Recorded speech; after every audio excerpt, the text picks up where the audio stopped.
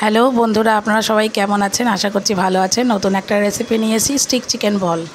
এগুলো বাচ্চাদের ভীষণ প্রিয় হয়। দেখুন, বোনলেস চিকেন নিয়ে নিয়েছি, 6-7 দানা রসুনের কোয়া, 1 চামচ মতো কর্নফ্লাওয়ার, গোলমরিচের গুঁড়ো, লঙ্কা কুচি, স্বাদ মতো নুন, 2টো পাউরুটি। ব্যাস এই হচ্ছে উপকরণ। তারপরে সব একসাথে মিক্সিতে বেটে নিয়েছি।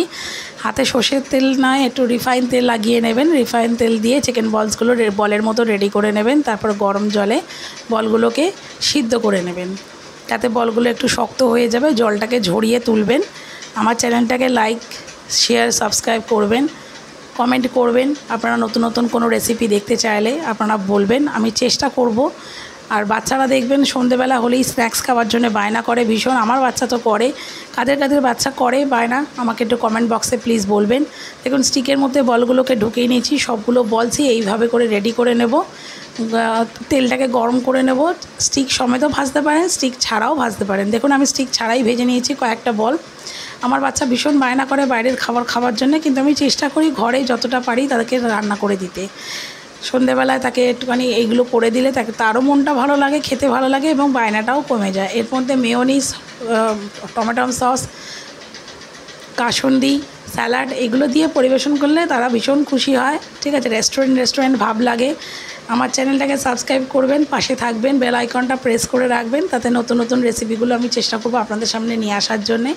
দেখুন, বলসগুলো আমি উল্টে পাল্টে ভেজে নিচ্ছি। স্টিক দিয়েও আপনারা ভেজে নিতে পারেন, কিন্তু আমি স্টিক ছাড়াই করছি কারণ আমার জায়গাটা খুব ছোটো। এগুলো একটু ডুবো তেলে ভাজতে হয়, কিন্তু আমি একটু কম তেলে সময় নিয়ে এটাকে ভাজার চেষ্টা করছি, কারণ তেলটা বেশি থাকলে বাচ্চাদের ক্ষতি। আমার বাচ্চাকে দেবো বলে সেই কারণে আমি একটুখানি কম তেলেই এটা ভাজছি। আপনারা ডুবো তেলে ভাজবেন স্টিক দিয়েও ভাজলে ভালো লাগে, এমনি স্টিক ছাড়াও ভেজে নেবেন। দেখবেন লাল লাল করে একটু ধৈর্য ধরে ভাজবেন, যাতে ভেতরের জিনিসগুলো সমস্ত কিছু ভাজা হয়ে যায় ভালোভাবে। আর আমি রান্না করছি ইমানি হেলদি টেস্টি সয়া তেল দিয়ে। এই তেলটা ভীষণ অবজার্ভ হয়ে যায় আর খুব ভালো, স্বাস্থ্যের পক্ষে ক্ষতি হয় না। আর বাইরের খাবারগুলো তো বুঝতেই পাচ্ছেন, তাদের তেলগুলোও খারাপ থাকে। দেখুন, উল্টে পাল্টে লাল লাল করে ভেজে নিচ্ছি। সন্ধেবেলা তাদের জন্য ভীষণ আনন্দের ব্যাপার আজকে আমার মেয়ের, কারণ এই রেসিপিটা করে দিয়েছি, তো ভীষণ ভালোবাসে খেতে। আমি প্রায় দিনই বানিয়ে দিই, তো চাইলাম যে আপনাদের সাথে এই রেসিপিটা শেয়ার করি। আপনাদের যদি ভালো লাগে আপনারা লাইক, শেয়ার, কমেন্ট করবেন। দেখুন, লাল লাল করে বলগুলো ভাজা হয়ে গেছে, রেডি টু সার্ভ।